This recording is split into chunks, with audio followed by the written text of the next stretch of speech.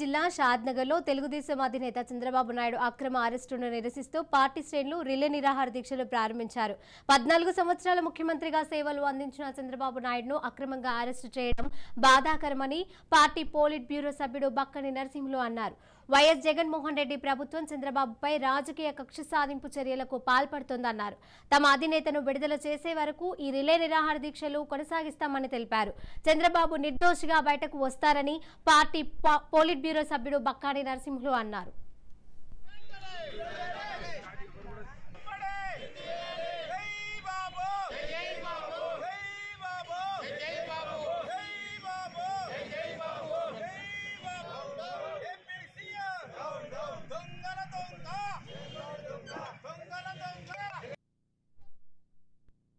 ఉమ్మడి ఆంధ్రప్రదేశ్ ముఖ్యమంత్రిగా గౌరవనీయులు నారా చంద్రబాబు నాయుడు గారు సుదీర్ఘంగా సుమారు 9 సంవత్సరాలు ఆంధ్రప్రదేశ్, నవ్య ఆంధ్రప్రదేశ్కు 5 సంవత్సరాలు ప్రజలకు సేవలు అందించినటువంటి ఒక మహానాయకుని మరి అక్రమంగా 2021లో ఏదైతే ఎఫ్ఐఆర్ ఉందో ఆ ఎఫ్ఐఆర్లో ఆయన పేరు లేదు. తర్వాత అక్రమంగా ఇరికించి ఆబాస్ పాలు చేయాలనే కక్షతోని ఆయనను మరి జైలు పాలు చేయడం జరిగింది.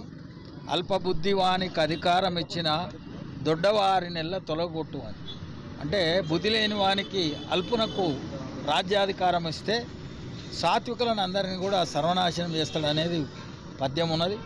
ఆ విధంగా ఇలా షాద్నగర్లో రిలే నిరాహార దీక్ష ప్రారంభించడం అయింది. మరి చంద్రబాబు నాయుడు గారు కడిగిన ఆనిముత్యం వలె తప్పకుండా విడుదల అవుతుంది.